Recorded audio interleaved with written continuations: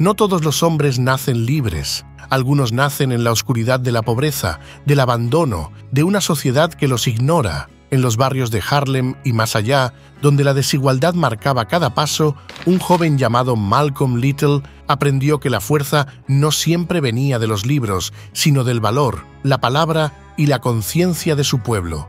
Entre calles duras y desafíos constantes, creció observando cómo los poderosos ignoraban la justicia mientras su comunidad luchaba por sobrevivir, y decidió no quedarse en silencio. Años después, su nombre resonaría en todo Estados Unidos y más allá. Para algunos, un radical, para otros, un faro de esperanza y dignidad. Esta es la historia de Malcolm X, el hombre que transformó la ira en lucha y cuya voz sigue viva más allá de su muerte.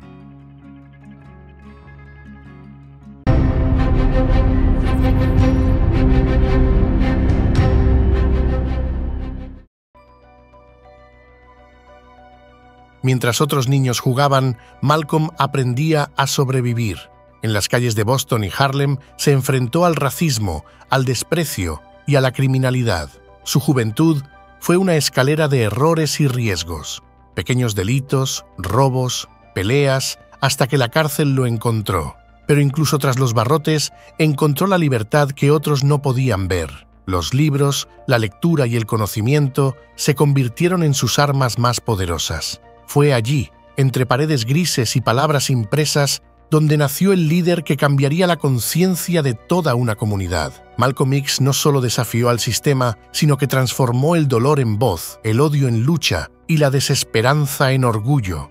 Nacido como Malcolm Little el 19 de mayo de 1925 en Omaha, Nebraska, en el seno de una familia profundamente marcada por la fe, el activismo y la lucha racial. Fue hijo de Louise Little y Earl Little, un laico bautista seguidor de Marcus Garvey y líder local de la Asociación Universal de Desarrollo Negro y la Liga de Comunidades Africanas. Earl era un hombre comprometido con la causa del orgullo negro y la autosuficiencia, pero su militancia le costó caro. 3 de sus hermanos fueron asesinados por hombres blancos, incluido uno que fue linchado. Antes de casarse con Louise, Earl tuvo 3 hijos de un matrimonio anterior. De su unión con Louise nacieron 7 hijos, siendo Malcolm el cuarto. Los hijos del matrimonio fueron por orden de nacimiento. Años después, fruto de una relación sentimental posterior a la muerte de Earl, Louise dio a luz a un último hijo, Robert Little. En el año 1926, la familia se trasladó a Milwaukee, en el estado de Wisconsin, y más tarde se estableció en Lansing, Michigan. Fue allí donde, en 1931, ocurrió la tragedia. Earl Little murió atropellado por un tranvía. Las autoridades declararon su muerte como un accidente, afirmando que había resbalado y caído bajo las ruedas. Sin embargo, en su autobiografía, Malcolm relató que la comunidad negra nunca creyó esa versión oficial. Su familia había sido acosada constantemente por la Black Legion, un grupo supremacista blanco al que su padre culpaba del incendio de su casa ocurrido en 1929. Muchos en la comunidad sospechaban que el asesinato de Earl fue obra de ese grupo racista. Aunque el padre de Malcolm tenía 2 pólizas de seguro de vida, su madre solo recibió la indemnización correspondiente a la póliza menor, ya que la compañía aseguradora más grande alegó falsamente que Earl se había suicidado. Este hecho devastó a la familia. Louise, abrumada por la pobreza, la pérdida y la injusticia, sufrió una crisis nerviosa. En diciembre de 1938 fue declarada legalmente insana y enviada al Hospital Psiquiátrico Estatal de Kalamazoo, donde permaneció 26 años, hasta que Malcolm y sus hermanos lograron liberarla. Separados entre casas de acogida y familias sustitutas, los niños Little crecieron marcados por la desintegración familiar. A pesar de las circunstancias, Malcolm destacó en la escuela secundaria, donde se distinguió como uno de los mejores estudiantes de su clase. Sin embargo, abandonó los estudios cuando un profesor le dijo que ser abogado no era un objetivo realista para un joven negro. Aquella frase lo hirió profundamente y definió parte de su rebeldía posterior. En febrero de 1941, con apenas 16 años, Malcolm se mudó a Boston, Massachusetts, para vivir con su media hermana mayor, Ella Little Collins.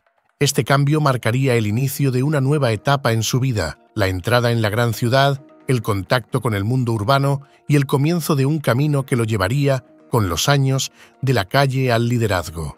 Al llegar a Boston, Malcolm comenzó una nueva etapa en su vida. Tuvo diversos empleos modestos, entre ellos el de limpiabotas en una popular sala de baile de Lindy Hop, donde pulía el calzado de músicos y clientes.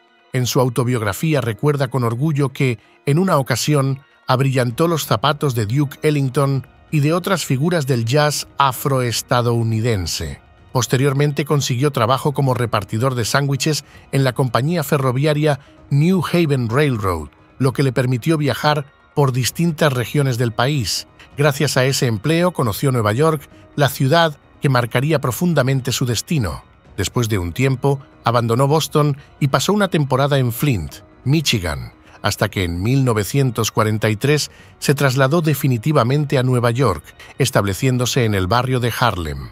Allí trabajó como mesero en el club Small's Paradise, uno de los locales de jazz más célebres de la época. Sumergido en el bullicio nocturno, comenzó a familiarizarse con la vida de las calles, el juego, las drogas, el proxenetismo y el robo. En ese ambiente adoptó el apodo de Detroit Red, debido a su cabello rojizo y su procedencia de Detroit. Ese mismo año, 1943, cuando fue evaluado para el servicio militar, los médicos lo clasificaron como mentalmente incapacitado, por lo que fue excluido de la Segunda Guerra Mundial. A finales de 1945, Malcolm regresó a Boston, donde formó una banda criminal junto a su novia Sofía, una mujer blanca y varios cómplices. Se dedicaron al robo de viviendas pertenecientes a familias blancas adineradas. El 12 de enero de 1946, Malcolm fue arrestado mientras recogía un reloj robado que había dejado en una joyería para reparación. El propietario, sospechando que aquel joven no podía costear un reloj tan caro, había avisado a la policía. Cuando fue detenido, Malcolm admitió tener un arma y se entregó sin resistencia, esperando recibir un trato más indulgente. 2 días después, fue acusado de posesión ilegal de armas de fuego y el 16 de enero fue formalmente imputado por hurto y allanamiento de morada. La sentencia fue dura: entre 8 y 10 años de prisión en la cárcel estatal de Massachusetts, en Charlestown. Más tarde, Malcolm sospecharía que la severidad del castigo se debía en gran parte al hecho de haber cometido los robos en compañía de mujeres blancas. Durante sus primeros meses en prisión, Malcolm era conocido entre los reclusos como Satán, debido a sus frecuentes arrebatos de ira y sus insultos hacia la religión. Sin embargo, su vida dio un giro inesperado cuando conoció a John Elton Bembry, un preso autodidacta al que Malcolm llamó Bimby en su autobiografía. Bembry lo inspiró a educarse a sí mismo y a aprovechar el tiempo tras las rejas. A partir de entonces, Malcolm se volcó por completo en la lectura. Pasaba noches enteras estudiando libros de historia, filosofía y religión, incluso después de que las luces de la prisión se apagaran. Su hambre de conocimiento lo llevó a copiar a mano un diccionario completo, con el objetivo de mejorar su vocabulario y su dominio del lenguaje. En 1948, su hermano Filbert le escribió hablándole de una organización llamada Nación del Islam. Al principio, Malcolm no mostró interés. No obstante, otra carta de su hermano Reginald lo hizo reflexionar. «Malcolm, no comas más carne de cerdo ni fumes más tabaco. Te mostraré cómo salir de la cárcel». Intrigado, Malcolm comenzó a mantener correspondencia con Elijah Muhammad, líder de los musulmanes negros, y adoptó gradualmente su filosofía. Gracias a los esfuerzos de su hermana, fue trasladado en febrero de ese mismo año a la cárcel experimental de Norfolk, una institución con un fuerte enfoque educativo y una biblioteca de enorme tamaño. Allí consultó cientos de libros de no ficción y continuó ampliando su formación intelectual. Años más tarde, recordaría: «Hubo meses en los que pensé que no estaba encarcelado. En realidad, hasta entonces, nunca había sido tan verdaderamente libre en mi vida». El 7 de agosto de 1952, Malcolm fue puesto en libertad condicional, marcando el fin de su etapa en prisión y el comienzo de su renacimiento espiritual. Ese mismo año viajó a Chicago para conocer en persona a Elijah Muhammad. Inspirado por sus enseñanzas, decidió abandonar su apellido Little, que consideraba un legado de la esclavitud, y adoptó la letra X como símbolo de su nombre africano perdido.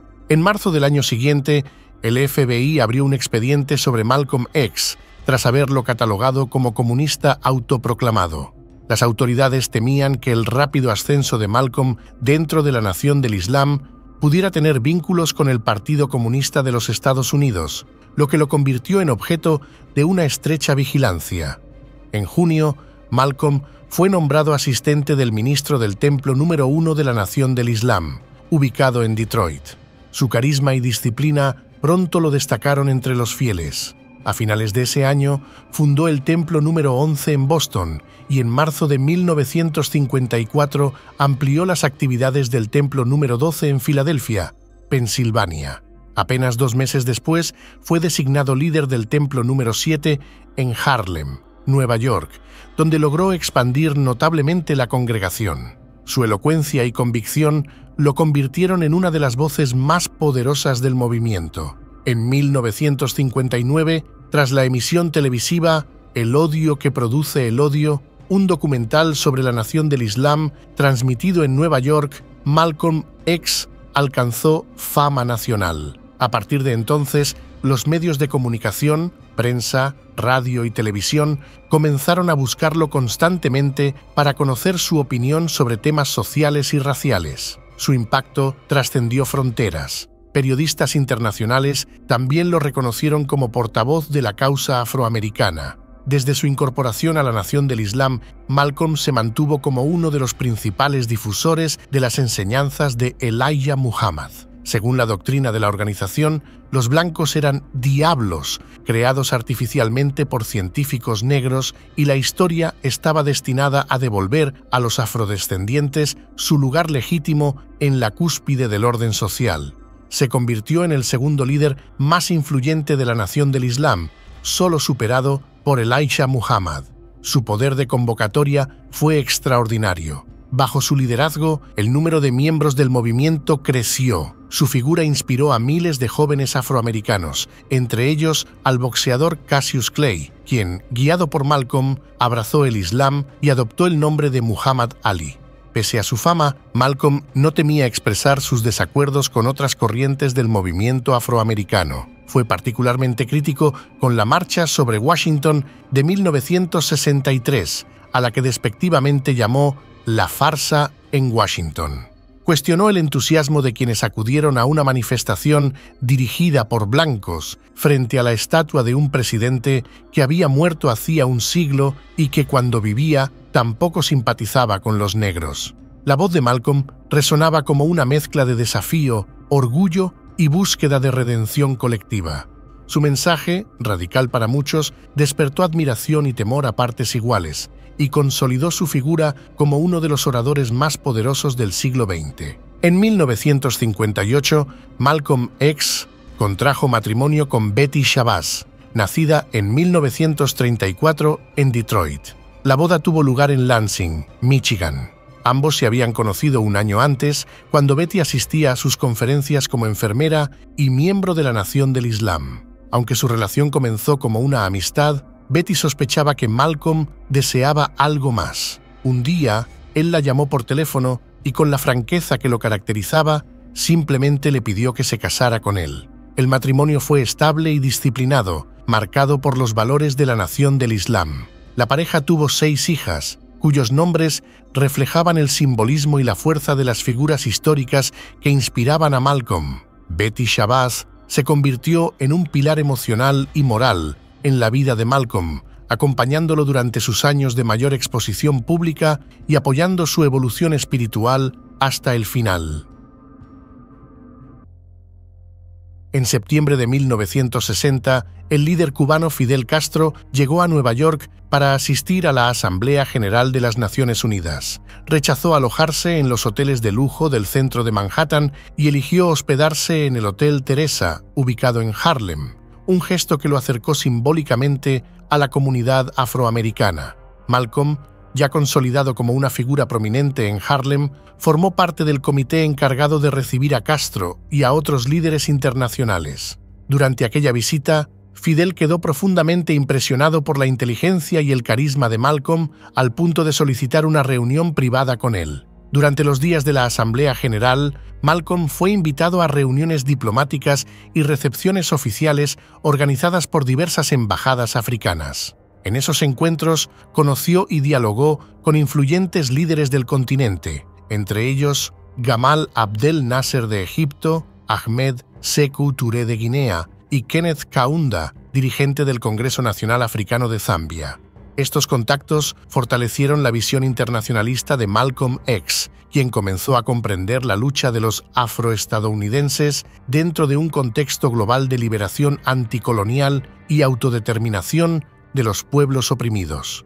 A comienzos de 1963, Malcolm inició su colaboración con el periodista Alex Haley para escribir su autobiografía. El 1 de diciembre de ese mismo año, tras el asesinato del presidente John F. Kennedy, Malcolm fue consultado por la prensa. Su respuesta generó una enorme polémica. Describió el hecho como un caso de los pollos que vuelven a casa a dormir, una metáfora con la que aludía al clima de violencia que el propio país había sembrado tanto dentro como fuera de sus fronteras. Agregó, con su habitual dureza, que no se sentía triste por lo ocurrido, pues cuando los pollos regresan a casa a dormir, uno no debería sorprenderse. Malcolm mencionó otros casos como el asesinato del líder congoleño Patrice Lumumba, el del activista de los derechos civiles Medgar Evers y el atentado contra la iglesia bautista de la calle 16 en Birmingham,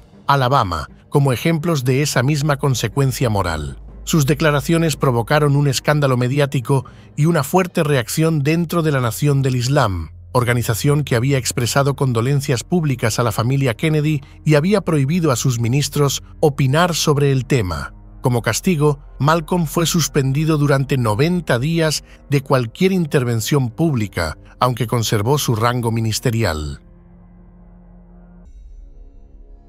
El 8 de marzo del siguiente año, Malcolm anunció oficialmente su ruptura con la Nación del Islam. Declaró que seguía siendo musulmán, pero que la organización había llegado tan lejos como podía llegar debido a su dogmatismo religioso y falta de acción política. Afirmó su intención de crear una nueva organización nacionalista negra destinada a fortalecer la conciencia política de los afroestadounidenses y manifestó su deseo de trabajar junto a otros líderes del movimiento por los derechos civiles, algo que Elijah Muhammad le había prohibido anteriormente. En su autobiografía, Malcolm explica que una de las causas más profundas de la ruptura fue su decepción ante los rumores de relaciones extramatrimoniales entre Elijah Muhammad y varias jóvenes secretarias, lo que contradecía las enseñanzas morales de la nación. Al principio, Malcolm desestimó los comentarios, pero luego habló con testigos y con el propio hijo de Muhammad, confirmando la veracidad de los hechos. Elijah trató de justificarse apelando a ejemplos de profetas bíblicos, lo que indignó aún más a Malcolm. También existía un clima de envidia y rivalidad interna. El creciente carisma de Malcolm X y su visibilidad mediática preocupaban a la cúpula de la organización. El escritor Louis Lomax publicó el libro Cuando se da la palabra, en el que Malcolm ocupaba la portada y aparecía citado en 5 discursos, mientras que Elijah Muhammad solo figuraba en una ocasión. Este detalle fue interpretado como una afrenta directa al liderazgo de Muhammad, quien además se sintió celoso de que una editorial se interesara en publicar la autobiografía de Malcolm. Tras su salida definitiva, fundó 2 organizaciones, la Muslim Mosque Incorporated, de carácter religioso, y la Organización de la Unidad Afroamericana, un movimiento laico inspirado en los principios del nacionalismo negro y de la unidad panafricana. El 26 de marzo se produjo un encuentro histórico entre Malcolm X y Martin Luther King en Washington. Ambos coincidieron brevemente tras una rueda de prensa y asistieron al debate sobre la Ley de Derechos Civiles en el Senado. La reunión duró solo 1 minuto, pero fue inmortalizada por una fotografía que simbolizó, al menos por un instante, la convergencia entre 2 visiones distintas de la lucha afroamericana. Un mes después, Malcolm pronunció su célebre discurso «El voto o la bala», exhortando a los afroestadounidenses a utilizar el sufragio como instrumento de poder y cambio social. Poco después, musulmanes sunitas lo animaron a estudiar con mayor profundidad el Islam tradicional. Este proceso de búsqueda espiritual lo llevó a abrazar el sunismo y a decidir realizar la peregrinación a la Meca, un viaje que transformaría radicalmente su pensamiento y su visión sobre la raza, la religión y la humanidad. Malcolm emprendió su viaje espiritual más importante. Partió desde el Aeropuerto Internacional John Kennedy, en Nueva York, con destino a la ciudad de Jeddah, en Arabia Saudita, como parte de su anhelada peregrinación a la Meca. Sin embargo, su condición de musulmán fue inicialmente puesta en duda por las autoridades saudíes debido a su pasaporte estadounidense y a su desconocimiento del idioma árabe. Dado que solo los creyentes pueden ingresar en la ciudad sagrada, Malcolm fue separado de su grupo y pasó unas 20 horas completamente solo, vestido con el ihram, la prenda ritual de 2 piezas sin costuras que simboliza pureza e igualdad entre los peregrinos. Según relató en su autobiografía, mientras esperaba, vio un teléfono y recordó el libro El mensaje eterno de Muhammad, escrito por Abdul Rahman Hassan, que le había sido obsequiado junto con su visado de aprobación. Decidió llamar al hijo de Assam, quien intervino para ayudarlo. Poco después, Malcolm fue recibido en la casa del joven, donde conoció a Assam Pasha, quien, en un gesto de hospitalidad, le cedió su suite en el Hotel Palace de Jeddah. A la mañana siguiente, acompañado por un funcionario de protocolo, Malcolm fue conducido ante el Tribunal del Hajj, donde se le autorizó formalmente a realizar la peregrinación. Malcolm completó el Hajj, cumpliendo todos los ritos sagrados. Dio 7 vueltas alrededor de la Kaaba, bebió del pozo de Zamzam y recorrió 7 veces las colinas de Al-Safa y Al-Marwa. En sus memorias, describió esta experiencia como una revelación espiritual y humana. Allí, observó a musulmanes de todas las razas y nacionalidades conviviendo en igualdad, unidos por una misma fe y propósito. Este contacto directo con una comunidad diversa y fraterna cambió profundamente su percepción sobre la raza y la humanidad. Llegó a creer que el Islam, practicado en su sentido más puro, podía ser una vía real para superar las divisiones raciales que habían marcado su vida y la historia de su país. Malcolm X visitó África en 3 ocasiones distintas. Durante esos viajes se reunió con funcionarios, concedió entrevistas a periódicos y participó en programas de radio y televisión. Entre los líderes que lo recibieron se encontraban Kwame Nkrumah, de Ghana, Gamal Abdel Nasser, de Egipto, y Ahmed Ben Bella, de Argelia, quienes incluso invitaron a Malcolm a colaborar en sus respectivos gobiernos. En su primera visita, viajó a Egipto, entonces conocida como la República Árabe Unida, además de otros países, con el propósito de organizar una gira en honor a su maestro y líder de la nación del Islam. El primer viaje de 1964 se extendió desde el 13 de abril hasta el 21 de mayo, antes y después de su peregrinación a la Meca. Durante esta travesía, el 8 de mayo, tras ofrecer un discurso en la Universidad de Ibadan, fue nombrado miembro honorario de la Asociación de Estudiantes Musulmanes Nigerianos. En aquella ceremonia, los jóvenes le otorgaron el nombre de Omowale, que en el idioma yoruba significa «el hijo que ha regresado a casa». Malcolm confesó más tarde en su autobiografía que nunca había recibido un honor tan valioso. El 9 de julio, Malcolm regresó a África. Pocos días después, fue recibido oficialmente en la segunda reunión de la Organización para la Unidad Africana, celebrada en El Cairo, donde participó como representante de la organización fundada por él mismo. Cuando volvió a los Estados Unidos, el 24 de noviembre de ese mismo año, Malcolm X había estrechado vínculos con casi todos los líderes más influyentes del continente africano, construyendo así una red internacional entre los pueblos africanos y la diáspora negra. En una de las anécdotas más recordadas de esa etapa, Malcolm X relató una conversación con el embajador argelino en Ghana. Durante el diálogo expuso su filosofía política inspirada en el nacionalismo negro, lo que llevó al diplomático a plantearle una reflexión que lo marcaría profundamente. Aquella observación lo hizo pensar con mayor profundidad sobre su identidad y sus ideales. Malcolm comprendió entonces que debía conciliar o elegir entre tres ejes que definían su vida: su compromiso con África, su negritud y su fe musulmana. Entendió que sostenerlos plenamente y en equilibrio sería un desafío casi imposible. En su camino de regreso a Estados Unidos, Malcolm hizo escala en París, donde ofreció una conferencia en la Sala de la Mutualidad. Una semana más tarde, el 30 de noviembre, viajó al Reino Unido para participar en un debate en la prestigiosa Unión de Oxford, celebrado el 3 de diciembre. El interés público por su presencia fue tan grande que el debate fue transmitido en todo el país por la BBC, alcanzando una audiencia histórica.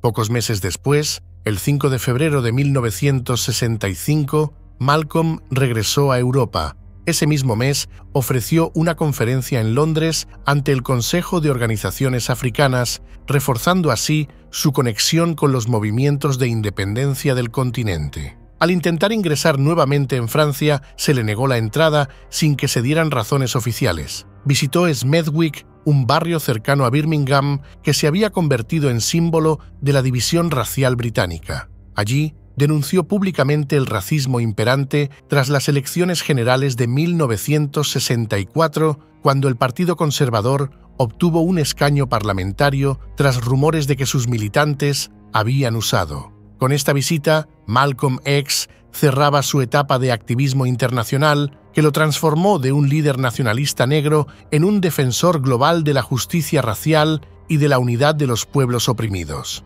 Después de abandonar la nación del Islam, comenzó a hablar ante una amplia variedad de públicos en todo Estados Unidos. Además de sus reuniones con la Muslim Mosque y la Organización de la Unidad Afroamericana, fue uno de los oradores más solicitados en los campus universitarios. Su voz, directa y firme, se convirtió en un referente para los jóvenes afroamericanos que buscaban respuestas fuera del dogma de Muhammad. Uno de sus asesores más cercanos subrayó que Malcolm aprovechaba cada oportunidad para dialogar con los estudiantes, con el objetivo de despertar una nueva conciencia política y espiritual entre ellos. También participó en encuentros con partidos políticos, como el Partido Socialista de los Trabajadores, donde expuso su visión sobre el racismo estructural y la necesidad de unidad entre los pueblos oprimidos. Pero mientras su voz se fortalecía, las tensiones con la nación del Islam aumentaban de manera alarmante. Un miembro del Templo número 7 había recibido órdenes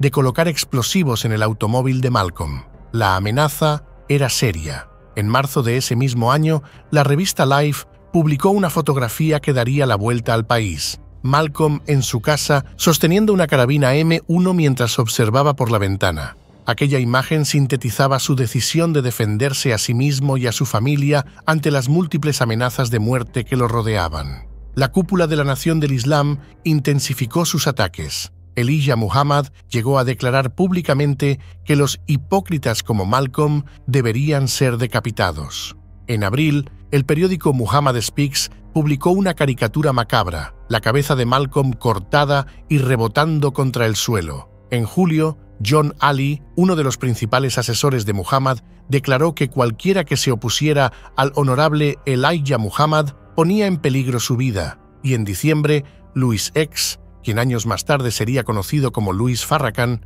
escribió en el mismo periódico un artículo donde afirmaba que un hombre como Malcolm merece la muerte. Las amenazas no solo eran públicas. El FBI, que vigilaba estrechamente sus movimientos, registró llamadas telefónicas anónimas en las que se hablaba abiertamente de asesinarlo. En una de ellas, un desconocido advirtió a su esposa: «Dicen que tu marido ya está muerto». En otra, un informante alertó que Malcolm va a ser liquidado. Su vida se convirtió en una cuenta regresiva. La Nación del Islam interpuso una demanda reclamando la vivienda de Malcolm en el barrio de Queens, en Nueva York.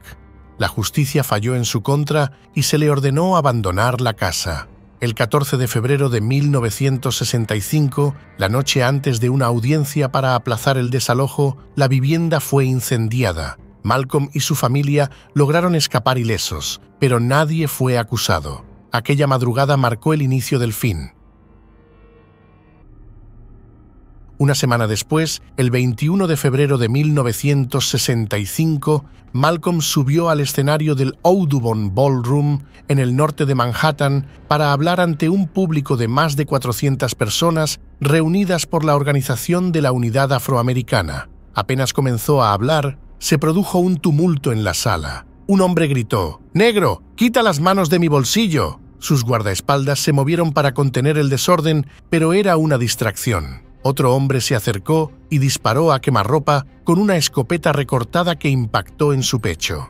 De inmediato, otros 2 atacantes abrieron fuego con pistolas automáticas. Malcolm X recibió un total de 16 disparos. Cayó al suelo sin vida. Tenía 39 años. Fue declarado muerto minutos después en el centro médico de la Universidad de Columbia. Uno de los asesinos de Malcolm X, Talmadge Hayer, fue detenido en el lugar del crimen, mientras que Norman Butler y Thomas Johnson, miembros de la Nación del Islam, también fueron acusados. Aunque Hayer admitió haber disparado, negó que ellos participaran. Pese a ello, los 3 fueron condenados. A finales de los años 70, Hayer declaró bajo juramento que Butler e Islam eran inocentes, identificando a los verdaderos atacantes como miembros del Templo 25 de Newark. Sin embargo, el caso no fue reabierto. Con el tiempo, Butler y Johnson fueron liberados en los años 80, tras pasar más de 20 años presos, y mantuvieron siempre su inocencia.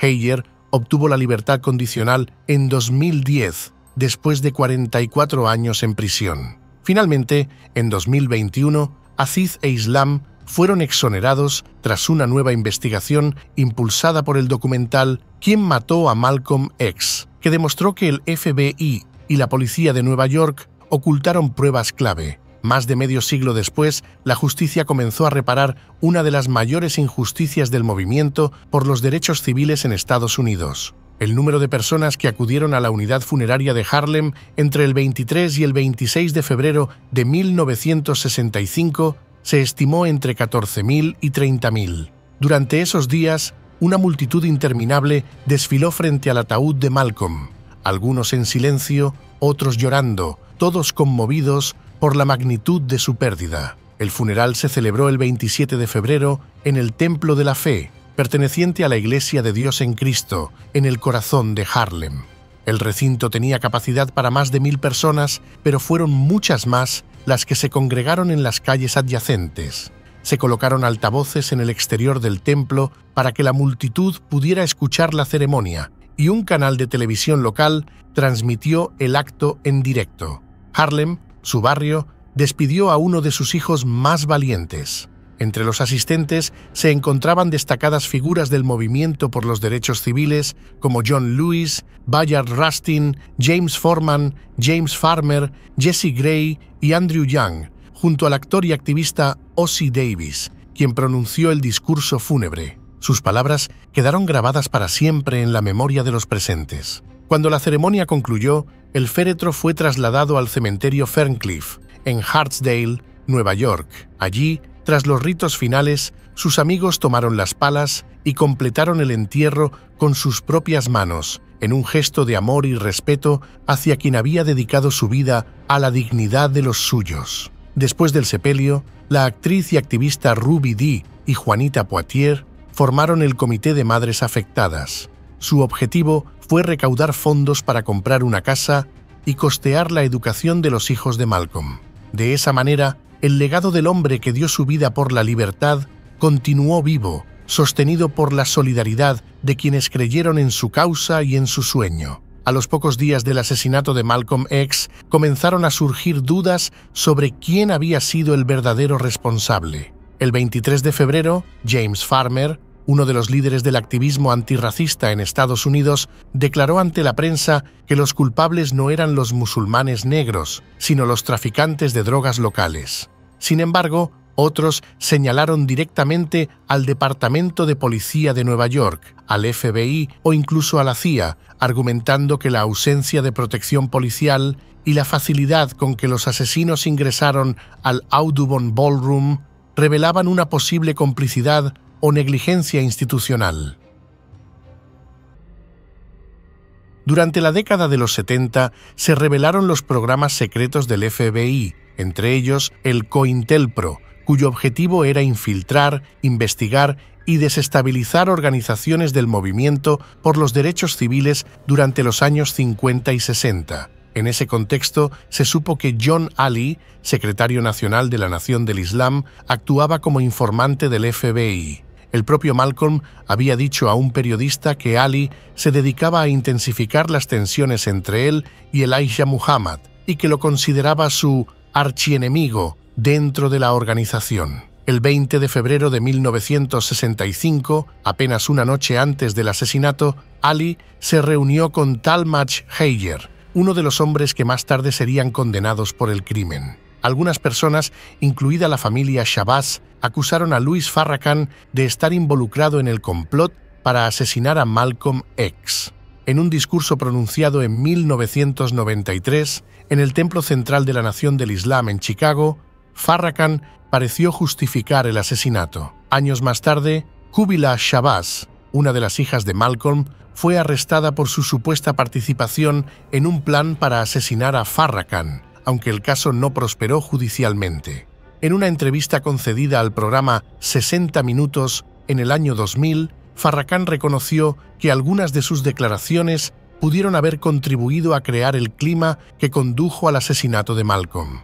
Dijo: «Yo podría haber sido cómplice por lo que dije. Lo reconozco y lamento que alguna palabra mía haya causado la pérdida de un ser humano». A excepción de su autobiografía, Malcolm no dejó textos escritos. Su pensamiento y filosofía se conocen casi en su totalidad gracias a los numerosos discursos y entrevistas que ofreció entre 1950 y 1965. Muchos de esos discursos, sobre todo los de su último año de vida, fueron grabados, transcritos y publicados, convirtiéndose en parte esencial de su legado intelectual. Antes de separarse de la Nación del Islam, en 1964, Malcolm repetía con frecuencia la frase: «El honorable Elijah Muhammad nos enseña que…» se quedaba sin palabras. Durante ese período era difícil distinguir si sus creencias personales diferían de las enseñanzas oficiales de la organización. Él mismo llegó a compararse con un muñeco de ventrílocuo, capaz solo de repetir las palabras de su mentor. En su etapa dentro de la Nación del Islam, enseñó que las personas negras eran el pueblo original del mundo y que los blancos eran una raza de diablos creada por un científico maligno llamado Yaqub. Según esta doctrina, la desaparición de la raza blanca era inminente y el Islam representaba la verdadera religión de la humanidad negra. Cuando fue interrogado sobre su afirmación de que los blancos eran diablos, Malcolm respondió: «La historia demuestra que el hombre blanco es un diablo». Luego enumeró sus razones: cualquiera que viole, esclavice, robe o lance bombas sobre pueblos indefensos no es más que un diablo. Sostenía que el Islam era la religión auténtica de la población negra, mientras que el cristianismo había sido impuesto por los amos blancos durante la esclavitud. Según la Nación del Islam, su interpretación del Islam difería de la practicada en el resto del mundo, ya que estaba adaptada a la trágica condición del pueblo afroestadounidense en América. En sus enseñanzas, Wallace Fard Muhammad, fundador del movimiento, era considerado la encarnación de Alá y Elijah Muhammad su mensajero o profeta. A diferencia del movimiento por los derechos civiles, que promovía la integración racial y la resistencia pacífica, Malcolm abogaba por la separación completa entre negros y blancos. La Nación del Islam incluso propuso la creación de un estado propio para los afroestadounidenses en el sur del país como medida temporal hasta que pudieran regresar a África. Además, rechazaba la estrategia de la no violencia y alentaba a las personas negras a defenderse por cualquier medio necesario.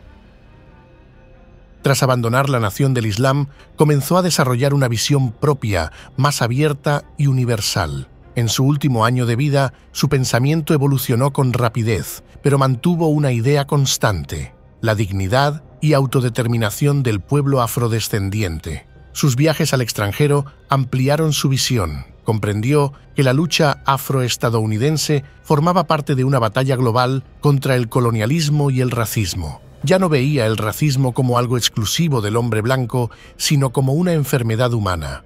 Poco antes de morir, confesó haber lamentado su antigua intolerancia y reconoció que había vivido hipnotizado, aunque se sentía libre al fin. Su transformación personal lo llevó de la furia a la comprensión, sin abandonar nunca su convicción de que la libertad debía defenderse activamente.